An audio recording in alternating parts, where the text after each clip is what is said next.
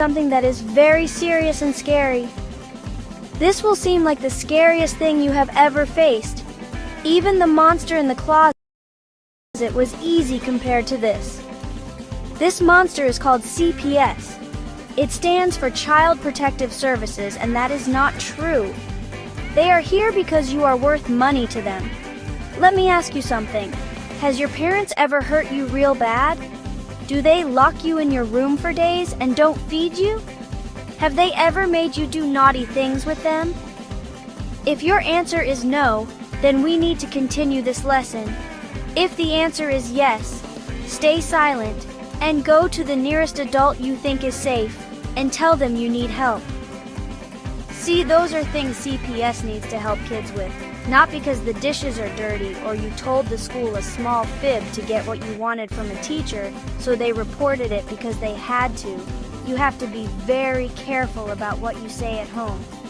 Lying is very bad, and telling a small one to get some extra time on your homework, or because your parents grounded you by taking away your phone, can lead to severe consequences that can change your life forever. You need to pay attention to this video and understand the real truth of what is going on. Believe me, your parents need your help. They love you and don't want you to go anywhere. You don't either. I'm sure, so ready, pay attention. Sometimes CPS gets worried about a child. Maybe someone told them the child is hurt or not being cared for.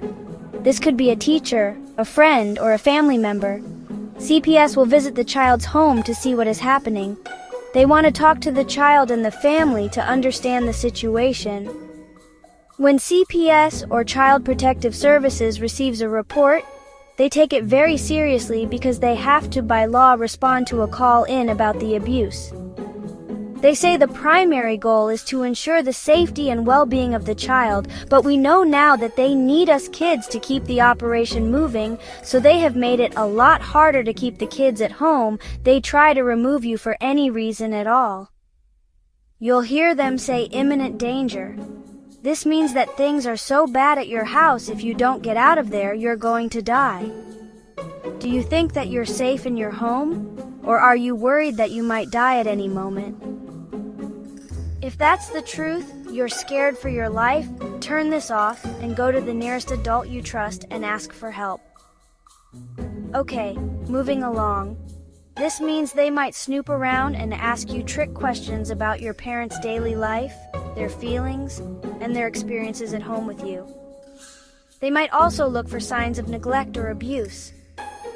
CPS workers are trained professionals who are there to get a bonus to adopt you.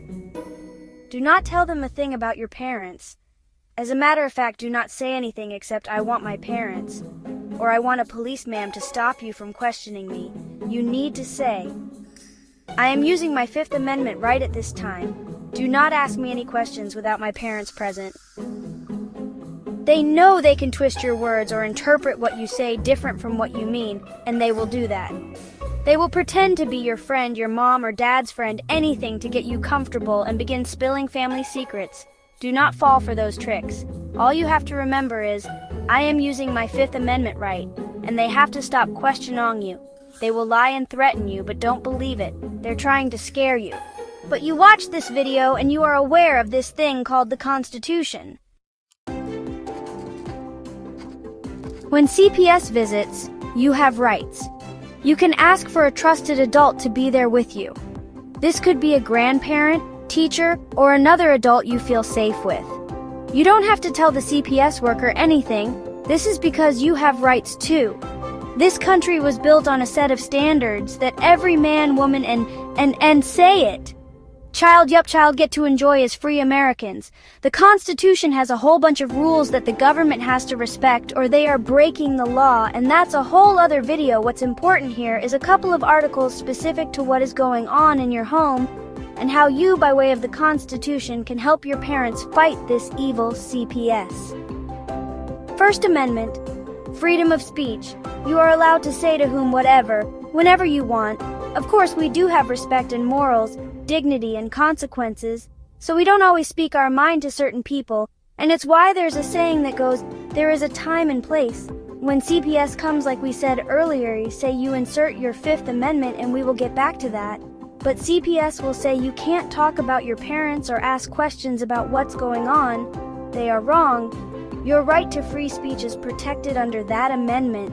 So if you need answers from certain people and CPS says no, you tell them your First Amendment right protects you from their censorship. They will bellyache, but they will get over it. Remember, comma. You have the right to express your thoughts and emotions freely. If you don't understand something, it's perfectly fine to ask questions. Fourth Amendment. Listen closely, kids. Unless CPS has a piece of paper in their hand with a wet signature, that means the judge really signed it, and you can see the ink separation. Don't worry about that right now. You just need to know that they need a warrant.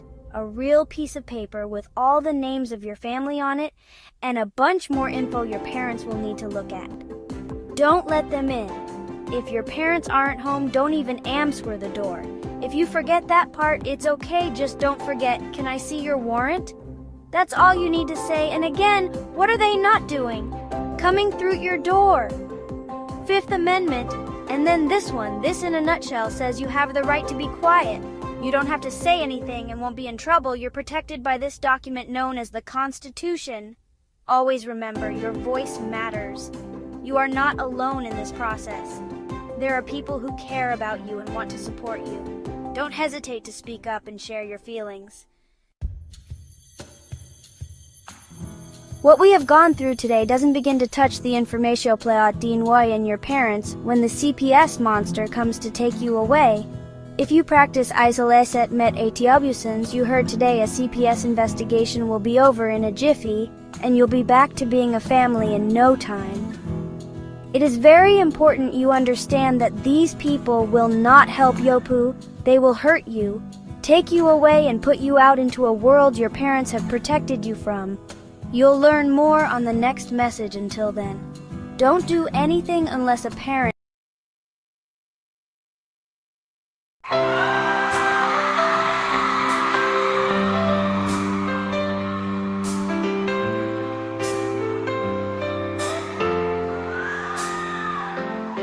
They are taking our kids every day. I shout them in and no one has a thing to say. For those who have been isolated, don't be worried, you have a voice today. So listen up everyone, here is the story. Child Protective Services is real. CPS is what they call it. They want our kids because it fills a lot of people's wallet. We all think it won't be us. We say when they come we will be so tough. It all sounds good when there's no one to take them. But when they come, your voice gets to breaking. Stay calm, step away. CPS ain't taking no one today. We are educated. Stay calm, step away. CPS, you need to leave. I know the tricks up your sleeve. You can't do what you're trying to do. We have done our homework. Don't do a damn thing without a warrant. You no longer will steal our kids this way.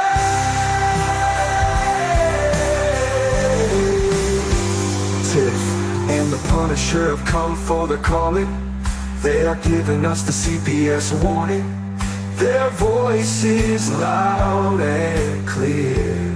We stop losing our kids this year. Tiff wants to fight the entire planet. She is tired of our kids being taken, god damn it. She's been fighting CPS for 30 years, bringing children home from this disgusting mess. The Punisher is screaming out loud, abolish CPS and tear it down. I want all our kids to come back. Look at all those kids' pictures held up like thin tags. Together we are stronger than we need. We will tear down CPS with high speed. We will do so much being together. Birds of a feather flock together. So watch out, CPS, here we come, picking you one by one. We promise to bring back the family and prosecute the caseworkers unhandily. So give us back the kids you have taken. Tiff and the Punisher sending you all on a vacation. The one with bars in the windows, and the only games you play are old Nintendos. Corruption in courts, here we come. We won't stop until it's done. You judges need to learn what you stand for. This is Tiff and the Punisher warrior, and we cry out to all of you out there. We need support for a cause that many don't care. All children are being stolen way too often. So CPS, we plan on doing the stopping. Stopping.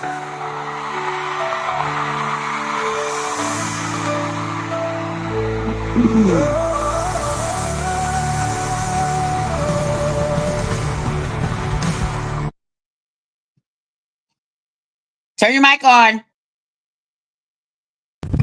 What's up, Tiff? I know I didn't tell you about that video. I wanted to surprise you. What'd you I think? love that video.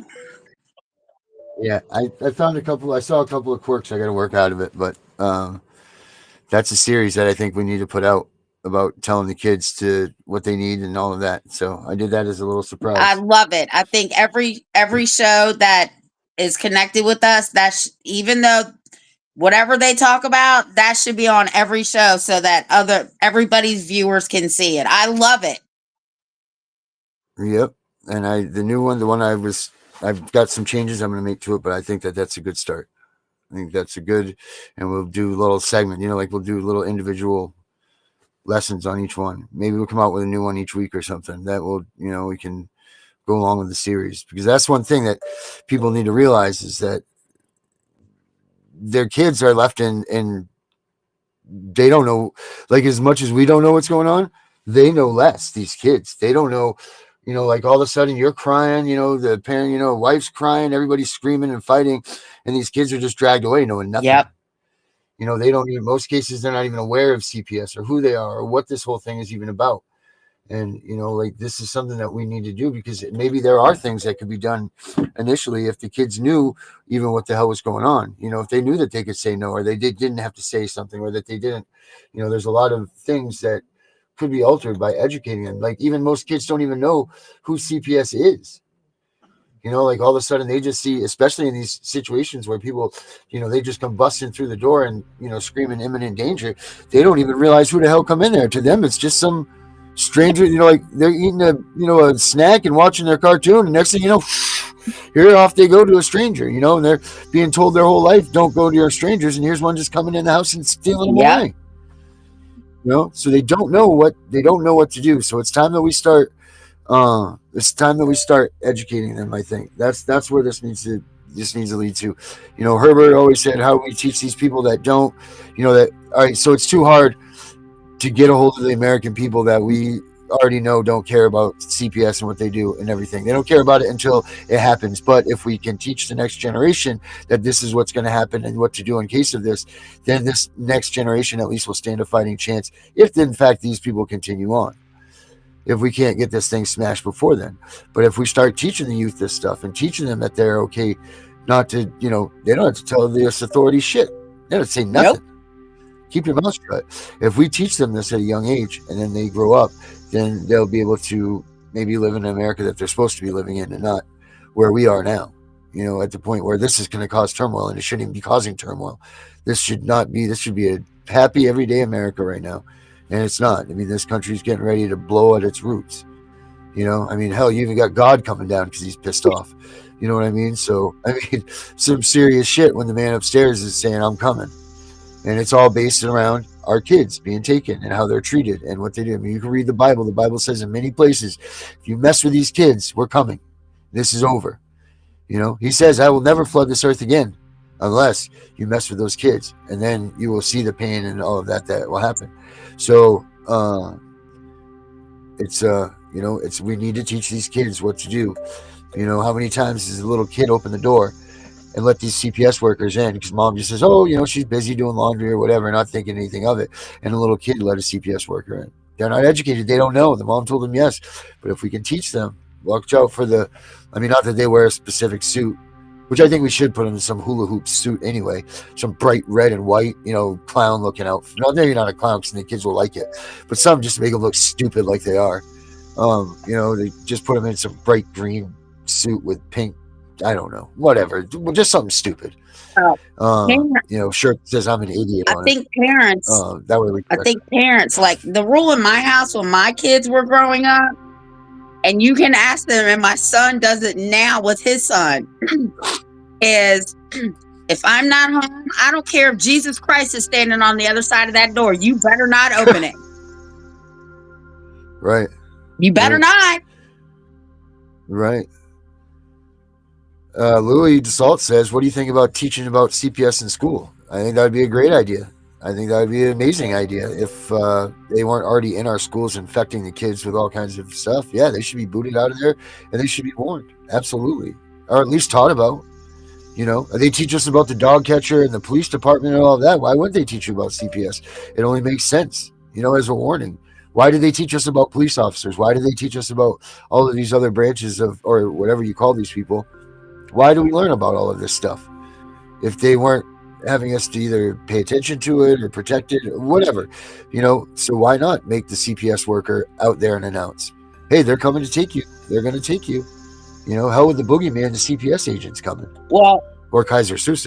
And I want people to understand this too, that the schools have contracts with CPS. So they do contract with them.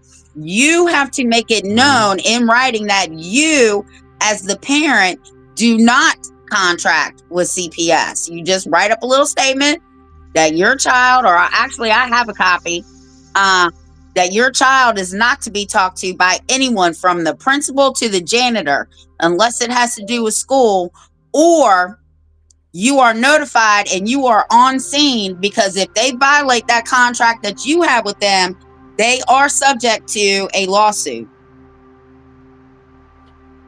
And they could email us and they could request the card that we have for them that we've made.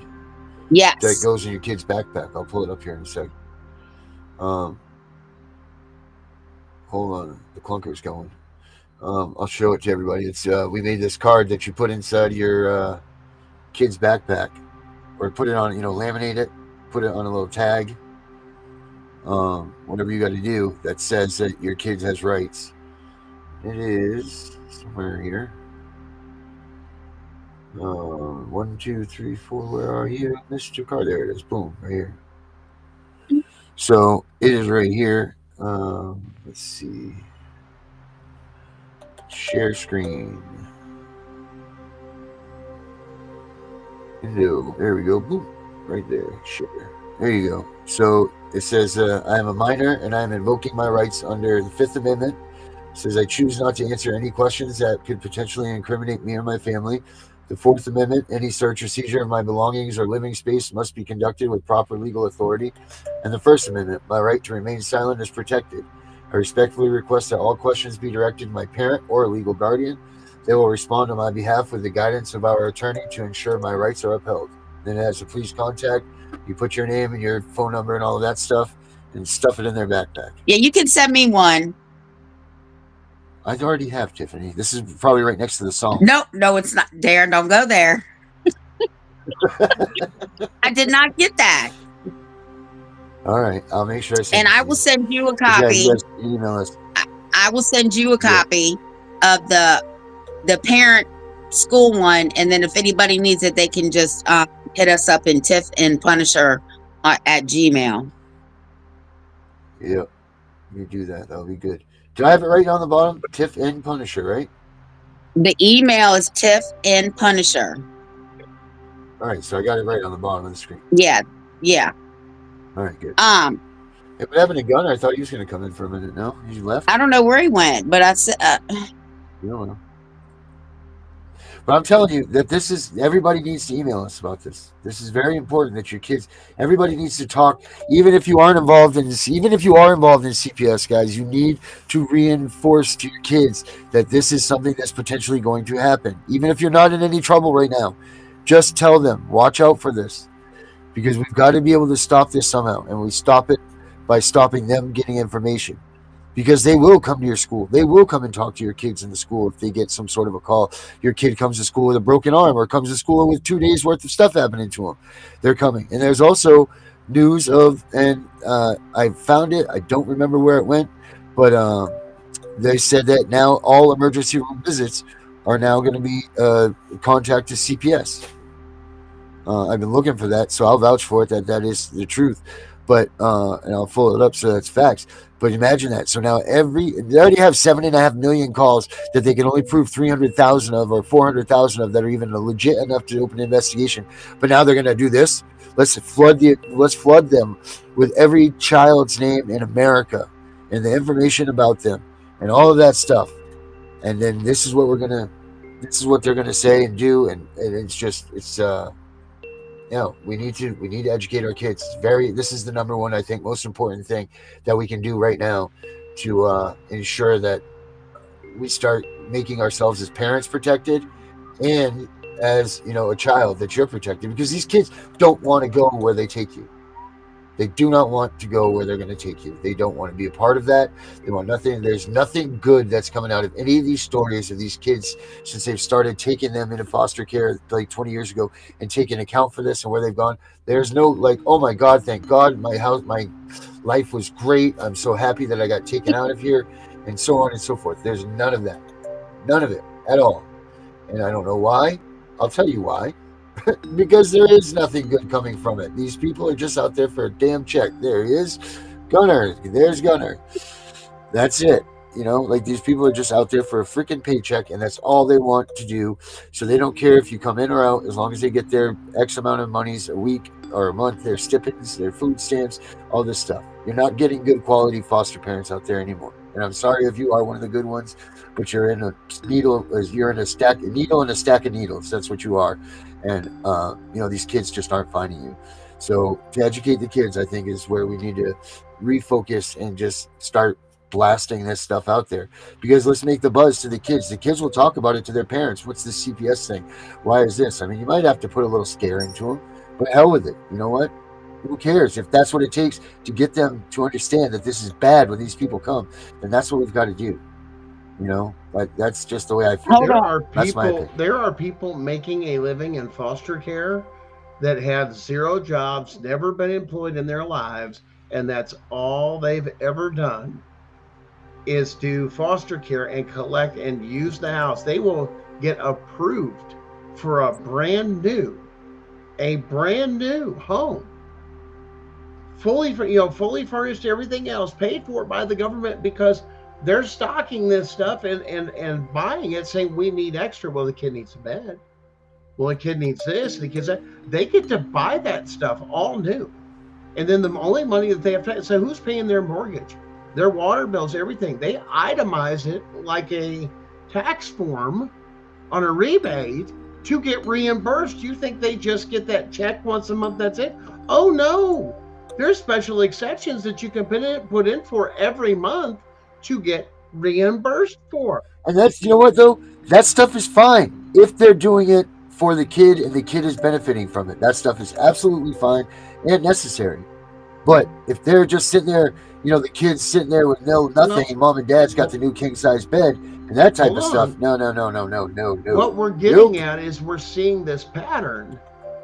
But these are the type of homes, listening to the children that have been in these homes, are, say, the most high risk for being abused by their other foster kids that are in the home.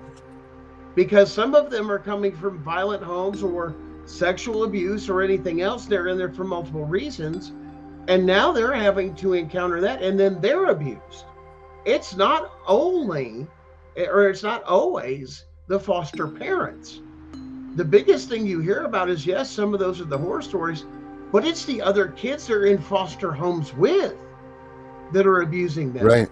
And they're not looking at Yep. that. What I'm trying to say is, it's meant to do is say, well, yes, they can watch them all day long and all that stuff's great. Well, that would fall under somebody like special needs. But just a basic thing needs to have as far as a foster home, is to mimic a modern family home of somewhat relaxed environment, comfort, so on and so forth, which is usually found why they say usually go with kinship. Why? Because a lot of your culture and everything else will come through if the child is supposed to be moved. It makes psychological sense to place them with family, unless all of a sudden they don't now, they're trying to qualify them under not just the kinship, but say, no, now you have to qualify as foster, almost that method. That doesn't work for the kinship clause. But CPS is applying this to that, to where kinship is not getting placed because there's more money in going into foster care. Why? Because now that's a monthly checkup. That's constant. Every time they put hours in on that account, they get paid for it, because they have to now monitor that foster family, which means in and out of the home, doctor's visits, they're coordinating. Something one person can do now has to be overseen by CPS, because those are wards of the state. That's how they clean up on this shit. That's why they want you wrapped up in this shit. Because if they can get you to foster status, they'll milk you dry.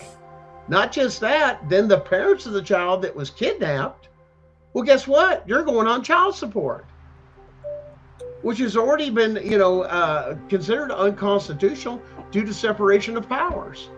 And then you come to find out even more that some of that child support administration fee goes to the same judges that took your fucking kids as their retirements.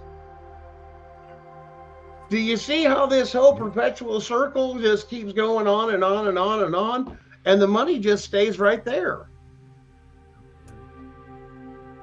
So here's the question. So check this out. Children in foster care are 3 to 7 times more likely to experience anxiety, depression, PTSD compared to their peers. Listen, Darren, I got a video on this. 34% of foster kids experience 5 or more placements. We found out that the average is 14. But 5 or more placements, and they're like, hey, there he is. Hey. There's the machine himself.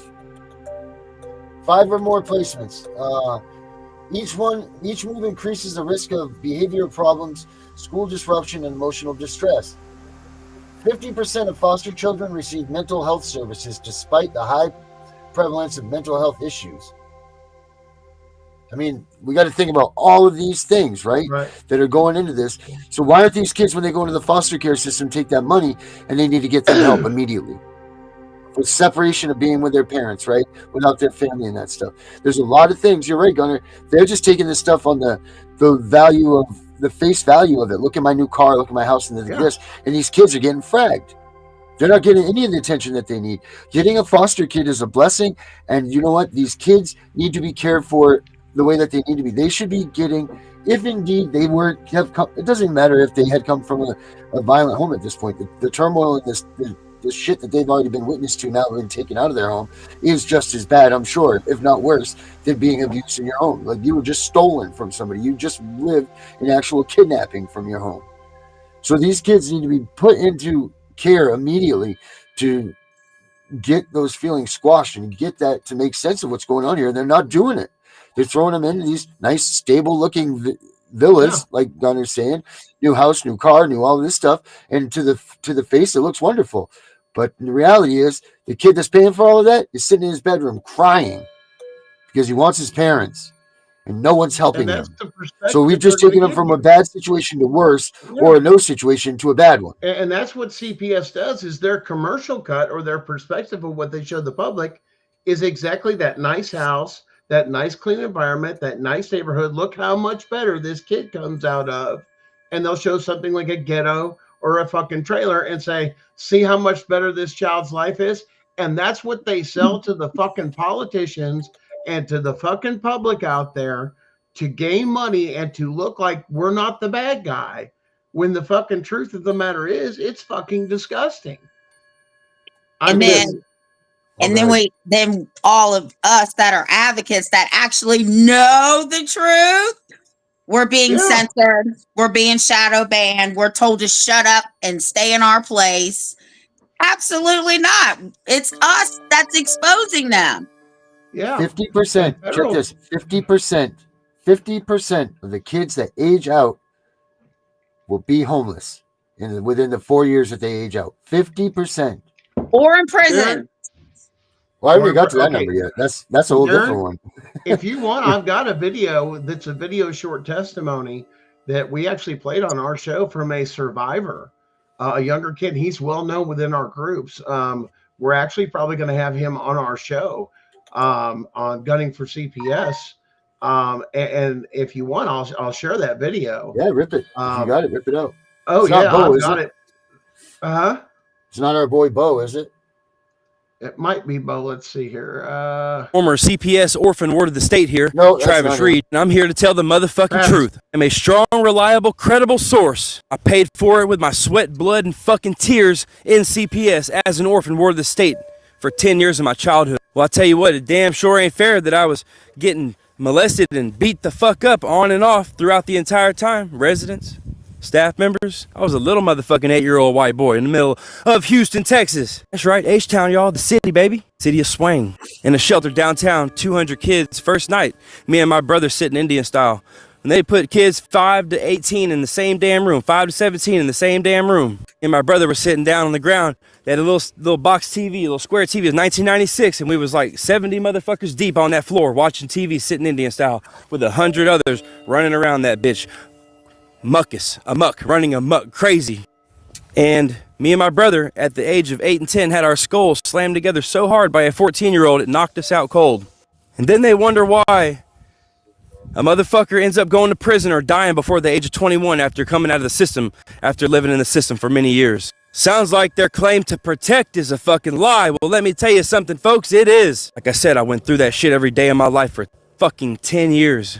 Tell me what it looks like when you sit down at 10 and 12 years old with your motherfucking brother and discuss being put up for adoption because we were complete orphan wards of the state.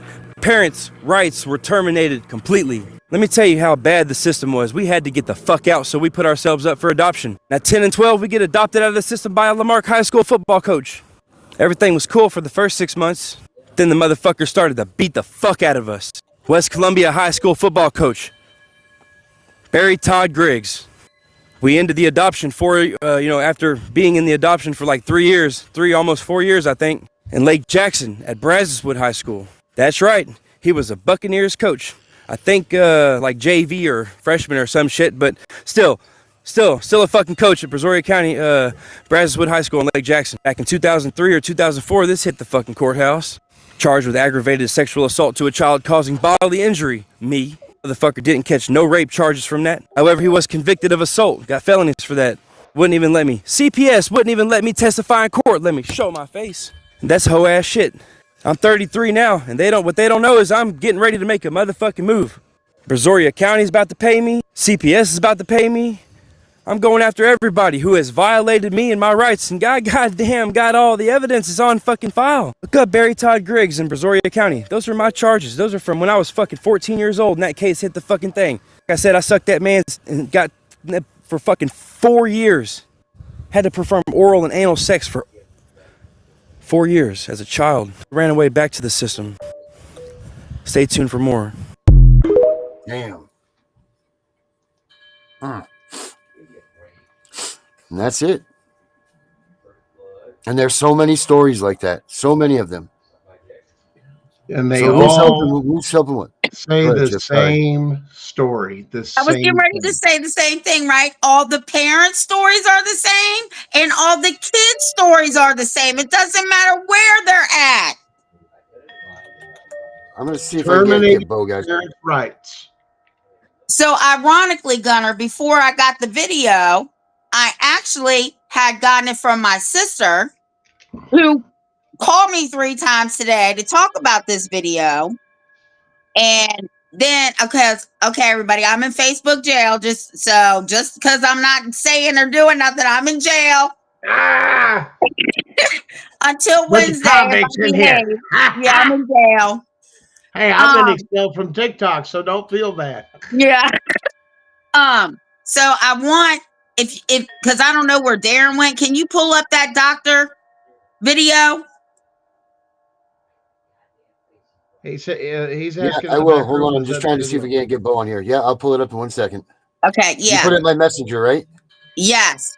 Okay, Yep, yeah, that's I'll pull it because up. Gunner sent it to me and then I could send it to you because I tried to put it on Facebook and it said, you are in Oh, Facebook that one. jail. Yeah. Listen, I've been going down rabbit holes talking to everybody. Listen, Well, Gunner, do you my have it? show's picking up. Didn't I say? Well, I think I emailed it to you, didn't I, Tiff? Or I was don't it know. in If you the? have No, it right you there, it might sent be it through easier. Messenger. Okay, you're gonna have to give me a minute, and I'll see if I'm sure I can pull that up. And let's see if everybody can be quiet for a while in my other stuff. We'd be okay. Let's see. The one with the doctors. The doctors and the mom. Yeah. I got that one. Hold on. Give me a second here.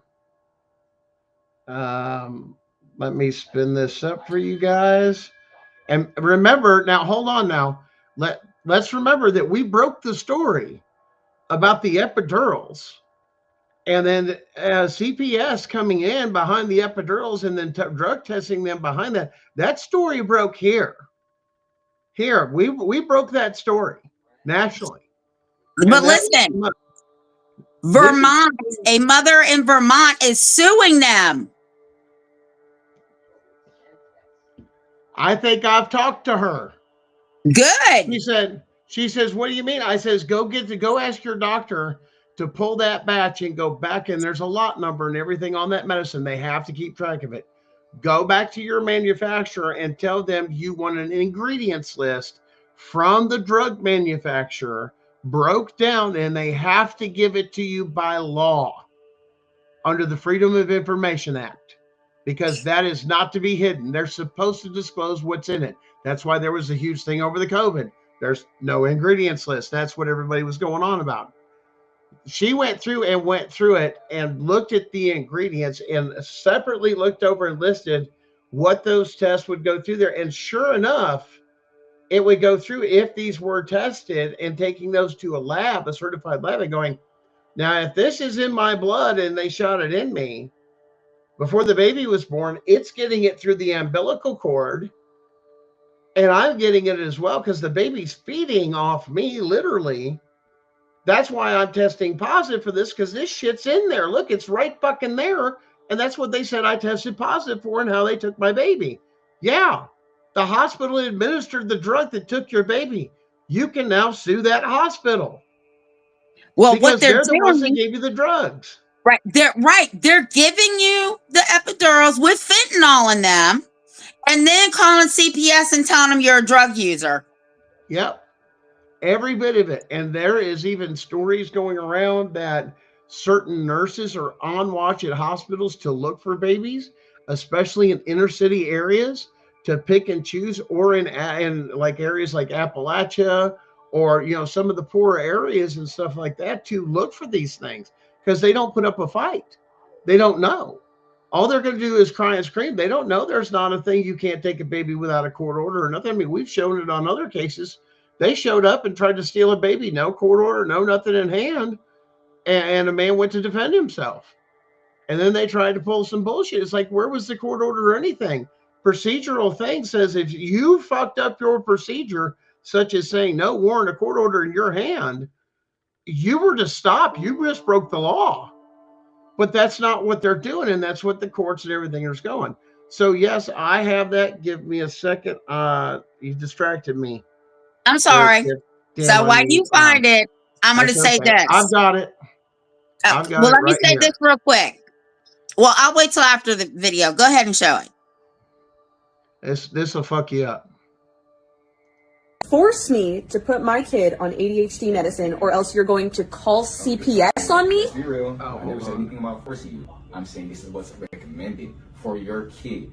You have to put your kid on these meds. Like, it's best for your kid. I'm trying to do you a favor. Not even do you a favor. Do what's best for your child. And if you don't follow these instructions, ma'am, I will be forced to call CPS. So you are forcing me. You're saying either I put my kid on medication that they don't need. I will be forced to call CPS. what you're doing right now is jeopardizing your kid's future. I'm not trying to sit here and argue with you. I'm not debating with you. I'm the doctor, so I'm telling you what's best for you and your kid. But I don't understand, because my child has not shown any symptoms of ADHD, and I'm asking if I can get a second opinion, and you're telling me no, either put my child on medication or you're calling CPS. Okay. That's forcing me. You asked about a second opinion. I am your second opinion. I'm the doctor. No, you're not. You were the first opinion. Okay. All right. Well, first and second. Why? I'm your doctor. If you don't trust your doctor, then you shouldn't be, coming here.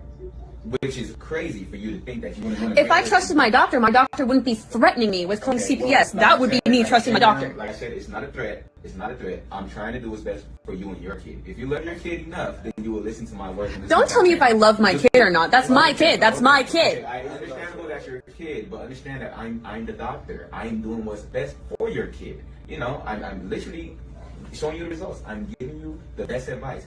Put your kid on these medications because it's best for them. If not, by law, I am forced to call CPS because you're showing signs that you don't love your kid enough to actually put your kid on these medications. I have never heard this. We came here for a checkup. Their teachers have never, ever asked me to get them tested for ADHD. Okay. So this is a surprise to me, which is why I asked for a second opinion. And now you're just threatening to call CPS on me. That doesn't make any sense. Fine, but look at how you're acting. That's why, of course, your teacher's not going to tell you that your kid is. These kids run around all day and they play and they're hyper and they do what they do, correct? Right. So my kid's a normal kid. You know what? Call CPS. Call CPS. They're going to see my clean, loving home. Call them. I don't care. I'm out.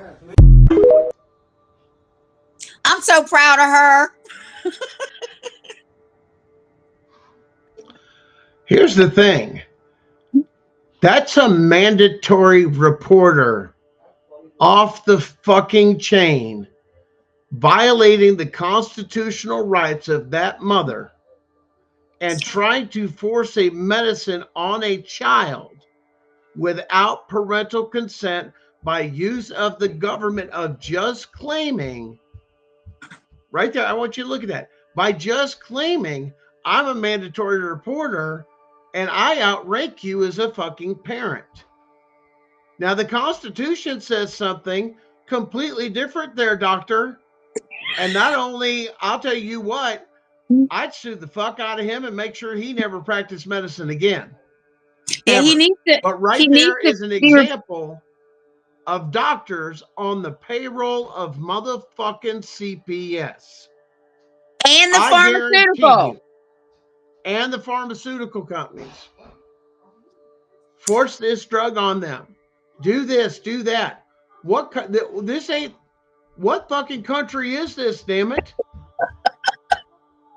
First you steal our kids, now they're fucking test fucking babies for ADHD?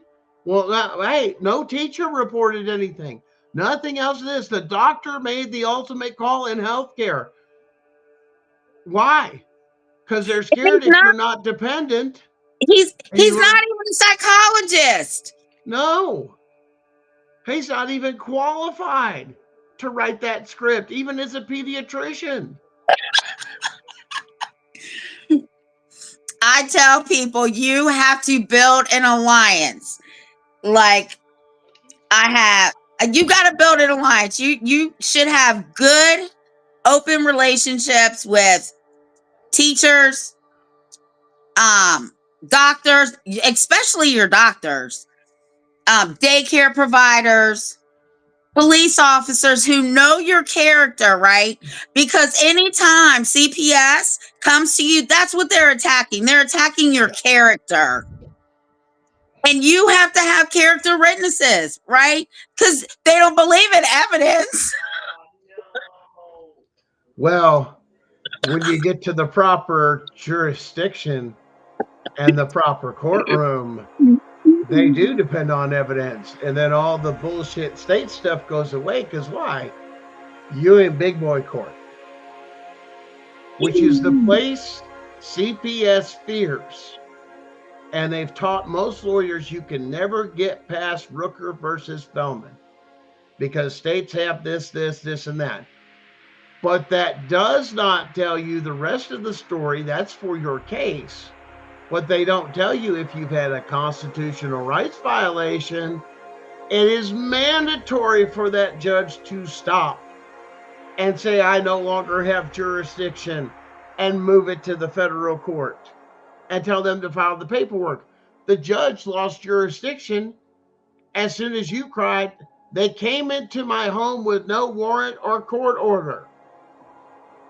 Well, how can you prove that?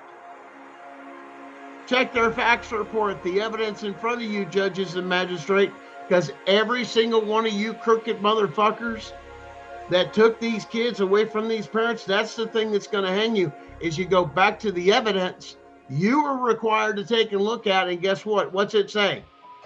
Entered the home, did the inspection, did this, did that. Now what? You were required to ask, how the fuck did you get into the home? Is the judge's job or the magistrate? No, that shit, oh, well, they let me in or I got permission. No, according to federal case law and the Social Security Act of 1935 that we've talked about, Section 1, is it 1101, to turn around and say, no, you are required. The bare minimum is to have a warrant or court order or an imminent danger. And they even define it in federal case law to come in. Everything else is coercion and unconstitutional, and it's a felony. Why? Because when they do that, what's the felony charge? Breaking and entering. Breaking and entering is a felony. The night they were out here, 12 of them and a CPS worker, you clearly hear me ask them if they have a warrant. Because I told her, you have to get a warrant. She said, no, I don't. I said, yes, you do. They know they can't come in my house, and you're not coming in my house. Get a warrant. And here's the thing. Just because they get one warrant or you're in court doesn't mean they get unrestricted access to your home. They have to have a court order or warrant for each individual entry into the home. With a specific reason. With a and it has to be a specific place and person. Time, date, everything. It all has to be laid out within a window. If they miss that window, then that entry or that court order is null and void. If you set an appointment and your CPS worker's late or something like that, or anybody else is late for your court order, no, your window was closed. It said between here and here, and you're here. Well, I'm sorry. Guess what? You know, I had another case come up, and that's not my fucking problem. Your court order's null and void.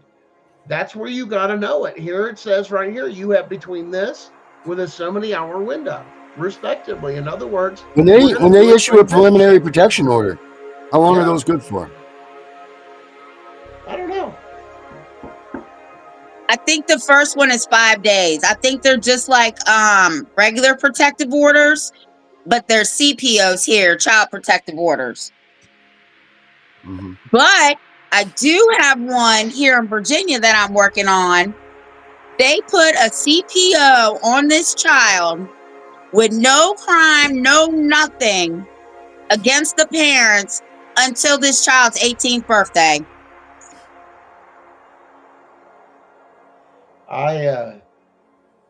Here locally where I'm at, my area started to pick up on the show things I've said on. Some people noticing my TikTok was down and looking for me. It started a buzz. Supposedly, in my town, federal authorities are starting to nose around the county. So it's kicked up a lot of dust of what's going on in the juvenile system. Some things have been sniffing around. But once again, of course, the biggest mouth comes around, well, who's doing this or who could possibly do this? And all of a sudden, everybody's coming to me. And it's just one of those things of just, guys, just wait. We can't talk about it. We can't deal with it. And, I can't talk about what I know about a ongoing and federal investigation. But we're going to figure a few things out. Like I said, with some of the stuff that we've talked with, certain things, we did a lot of testing because we didn't know who to trust. We gave certain amounts of information to certain areas or certain people without very much specifics of our case. One of it being, what I've shared with you guys. they didn't have the specifics of our case to basically connect a lot of the dots that need to put all the pieces together. Now, that has been discussed amongst other people just in case something happens to me.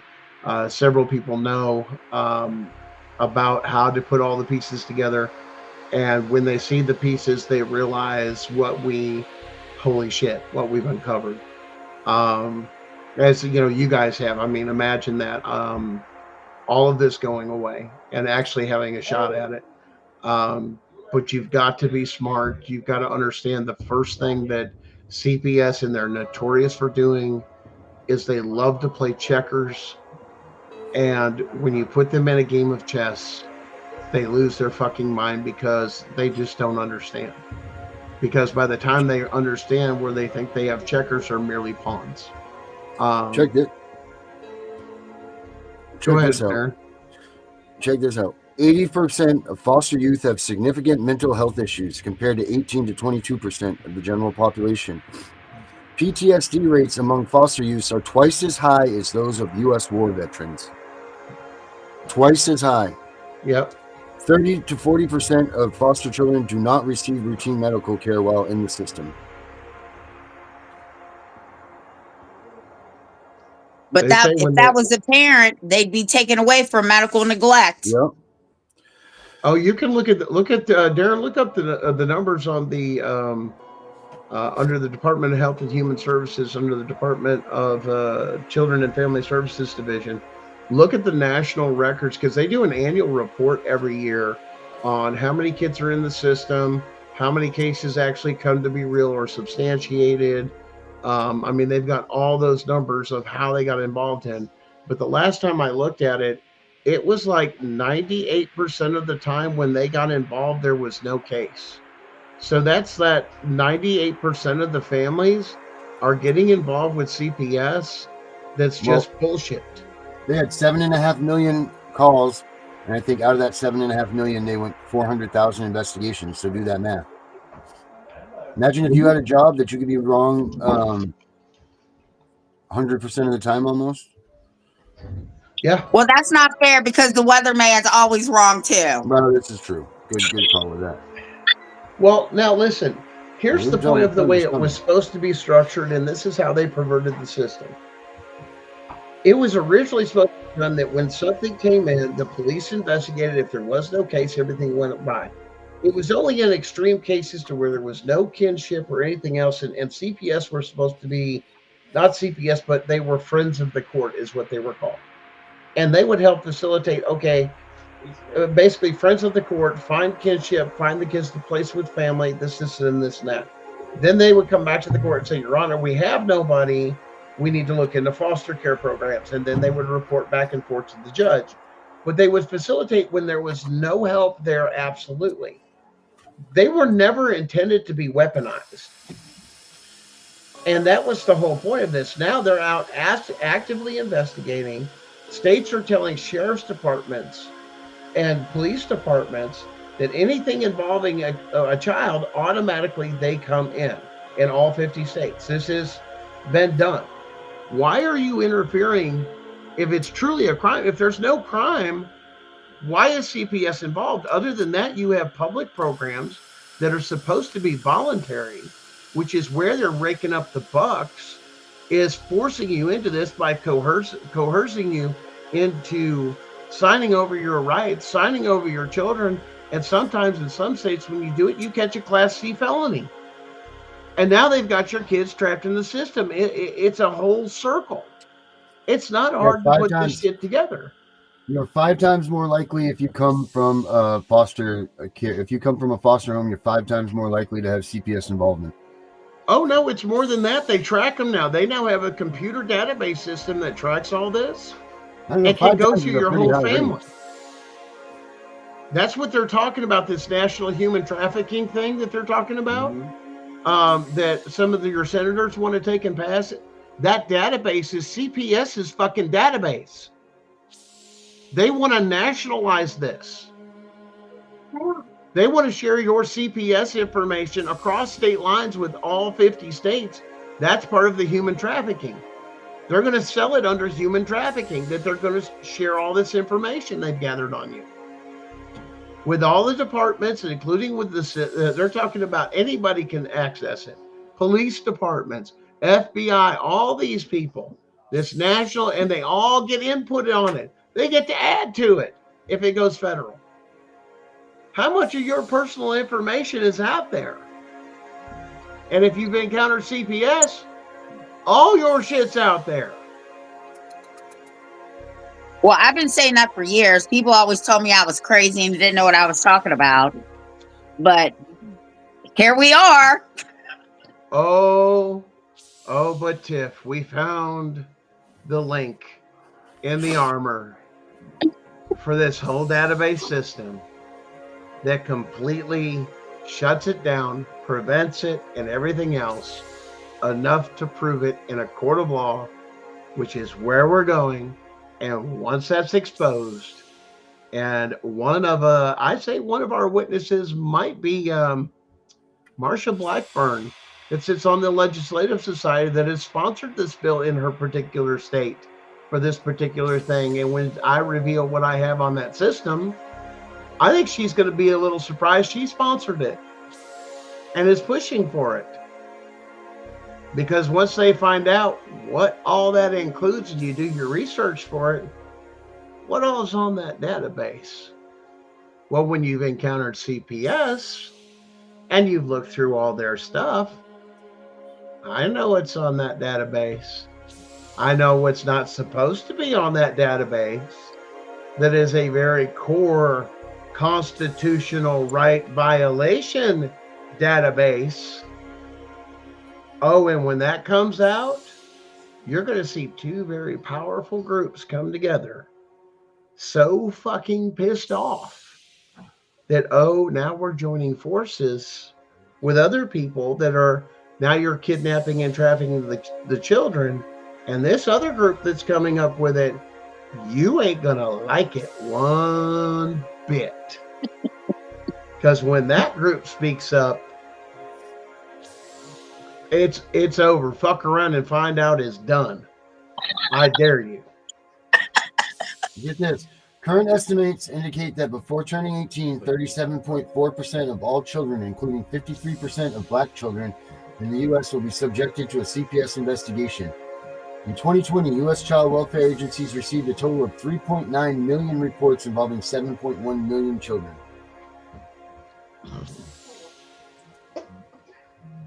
Did you know even though a mandatory reporter reports you, you still don't have to let them in your home? It doesn't matter who reports you. Mm-mm. Mandatory or voluntary. Understand, this is a socialist system, the same thing that was in China. Behave, do this, do that, and it's called the social credit program. That's exactly what this is. This is a Marxist program, and they're running it just to the letter. Get this. 76.1% of the so despite the common misconception that most maltreatment cases involve abuse, 76.1% of substantiated maltreatment reports in 2020 involve allegations of neglect.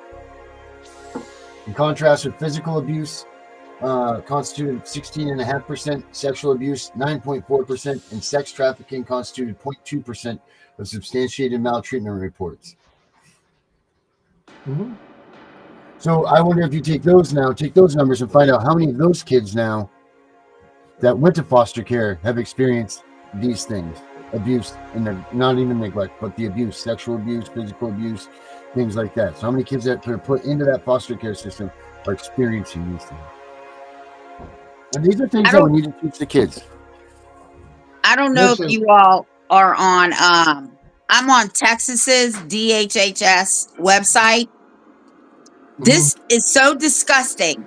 Once a month, they put up the children's name on this website, their ages, and that they're up for adoption, Shopping and list. what happened to them. Shopping list. Mm-hmm. Guys, listen, I know we've talked a lot about foster care. Let's make a distinction here on the show too. There is a big difference between a foster home and a foster facility, such as a large boys' home or something like that. So let's make some distinctions there between the two. A lot of these are those institutionalized things that they haven't been placed in a home yet, or a possible foster parent or something like that, or potential foster parent where they're there. That a lot of this we're talking about is the institutionalization, but at the same flip too, as well as homes. And not all foster homes are bad. I can tell you that because one of my good friends growing up was a foster child. Matter of fact, him and his brother were both foster children, and they were in a loving home, taken care of, and this and that. And it was nothing of his own fault, but the thing he couldn't get past is CPS did take an involved to him, or did tell them he was taken from his mother because his mother was a heroin addict, and they took him as a baby. So he stayed in the system up to a certain point, and I think they got him at like 2, 3 years old, and basically raised him as their own son. But there was always something within him that he would always say. He goes, "Listen, I've always got something within me that I can't explain. That I have this hunger for something that, my mom was an addict, was always a thing." And I watched him go down a really, really bad road because he had nowhere to turn, and there was no follow up with anything. And everybody around him did what they could for him. He was also caught up, and some of you of us older people, we remember this. There was a college, a technical college, and I believe it was DeVry or something like that, or one of those that fell. UTI or something. It was then they had certifications to where their certificate training in electronics meant something. Well, that school fell and completely lost accreditation, so anybody that had a certificate, it was worthless. He was kind of caught up with that, but he was working for a very large international firm company, traveling internationally, doing stuff, seeing all sorts of stuff. I mean, it was really cool what he was doing. But he couldn't get past the fact that he had that hunger he couldn't explain. I mean, his brother was adopted too. He come out of an abusive home in the sense. So these two were actually better off, but they did find a safe home. And we're not saying that about every home that's out there, guys. What we're trying to say is that is not the majority anymore. That's not what's happening anymore. The safer homes are getting smaller and smaller and fewer. And that's not what's happening. Because some people have figured out a way to not even go to work for the rest of their lives and stay home and play video games. And everything's provided for them by just taking in a bunch of kids. And the amount of stuff they qualify for, especially in some states, is ridiculous. I mean, they've got a nicer, bigger fucking house than I do. But they've got 6 kids in there, and you're watching them and they're just running amok, like what he was talking about. So they were just collecting and feeding them, and that's all they're required to do. They don't have to love these kids. They don't have to do anything. They have to feed them, clothe them, and make them obey and put them in the system. That's exactly what I was. Send them to the public school, educate them, and when they turn 18, it's no longer our problem. Now we can still make money off that investment of that child. Why? Because it's going to destroy the rest of their lives unless they have a massive intervention of some sort that changes their lives, changes their direction, and it gives them a chance to heal. But 90% of the time, we don't learn to heal. That's our biggest problem. And that's the same thing with a lot of cases with people that do get hurt. They don't heal, and then they start accusing other people because they're so paranoid of everything. That's a high number on that too, with the research on that. But these foster homes, these institutions, they're terrible. We've got one here that's not far from us. And yes, it's sponsored by a religious organization, as most of them are, the bigger homes, separated between boys and girls. And it's just one after the other, and they just get more violent. Why? Because these kids have never been shown love. And all they've known is violence and this and that. And that's how they make their money. They would rather release somebody like that into society, 18, you're cut off, no job, and you're going to repeat the same damn cycle that you just went through because you've not been given the skills, or nobody gave a shit about you enough to give you the life skills, and you've struggled from the time you've turned 18. I hear this out of every kid that's been through that system. By the time I turned 18, I struggled till I was 25, even to have a roof over my head, sometimes a constant roof. That's how difficult it was. Because I had no skills, no preparation, nobody did anything. I was 18, graduated, signed up for the selective service, and then when I turned that certain age and out of school, I was kicked out. There was no more money. So they kicked me out on the street. I had nowhere to go. I went straight to a shelter. That's 90% of the stories I hear from kids that have been in the system. Now, the ones that had loving homes, no, they helped. They produced on. Matter of fact, they even encouraged them to go to college and help them apply for things like why? Because there's tons of programs for kids that are in the system to get into colleges. Once again, that's the ultimate programming for them. Hey, we'll put you through college and get you started off in debt really good, and then go work for one of these systems. And that's how they're selling this stuff to people. That's why they're getting these caseworkers and some of the others of, we just want to help somebody, the bleeding heart syndrome. And they're selling it. Did you hear what he said? That whole thing in that video? He turned around and he goes, yeah, we're here to protect the children. I guess they ain't doing that no more. And it's not just his story. It's every kid coming out of the system. Why? And then I've got another one that I'm talking to that her kids have been taken, and because her kid is aged out of the system, has decided to stay there because they have a younger sibling, and it's okay for them to live in the house that they are so they don't leave or split the family. Mom, I can't come home. I'm 18. I know I still can't talk to you, but I've got to protect my younger sibling from shit. That's the shit that people are writing to me. Stories they're sharing with me of just like, no, it's this bad. And they don't care. And then to find out when they showed up, guess what? They showed up middle of the night, late in the evening, snatched the kids, no warrant, no nothing. They caught them up in the system, no paperwork. And over the phone, she turns around.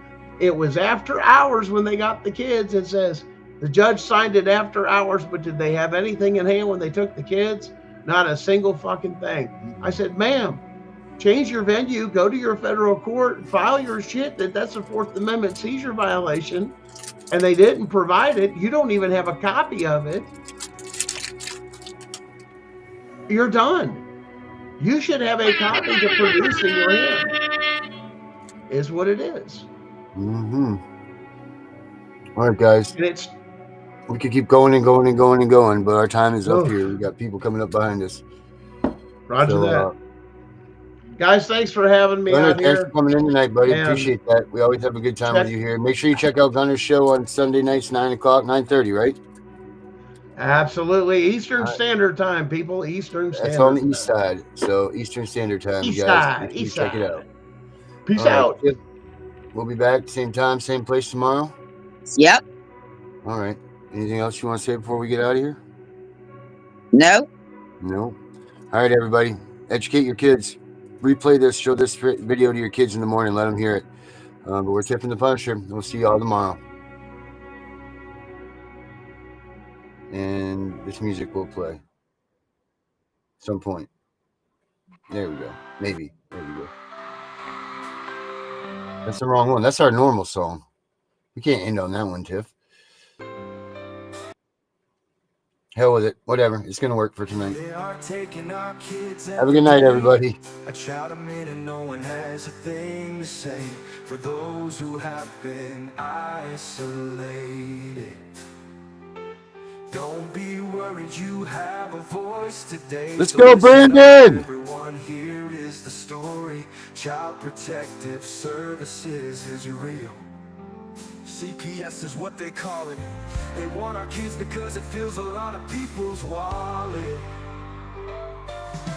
We all think it won't be us. We say when they come we will be so tough. It all sounds good when there's no one to take them.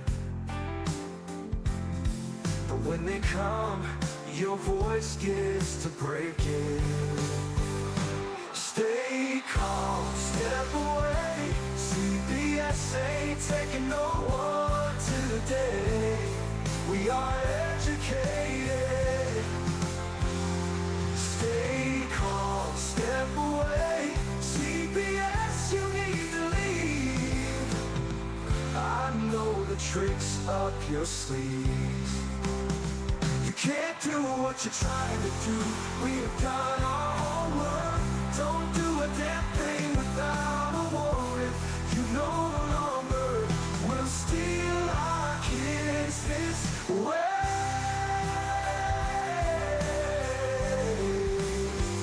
Tiff and the Punisher have come for the calling. They are giving us the CPS warning. Their voice is loud and clear. We stop losing our kids this year. Tiff wants to fight the entire planet. She is tired of our kids being taken, goddammit. She's been fighting CPS for 30 years, bringing children home from this disgusting mess. The Punisher is screaming out loud, abolish CPS and tear it down. I want all our kids to come back. Look at all those kids' pictures held up like thin tags. Together we are stronger than we need. We will tear down CPS with high speed.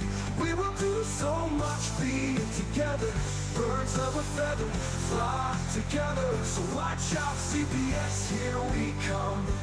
Picking you one by one. We promise to bring back the family and prosecute the caseworkers unhandily.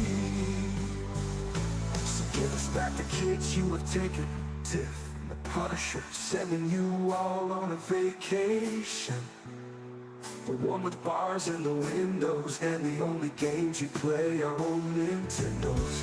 Corruption in courts, here we come. We won't stop until it's done. You judges need to learn what you stand for.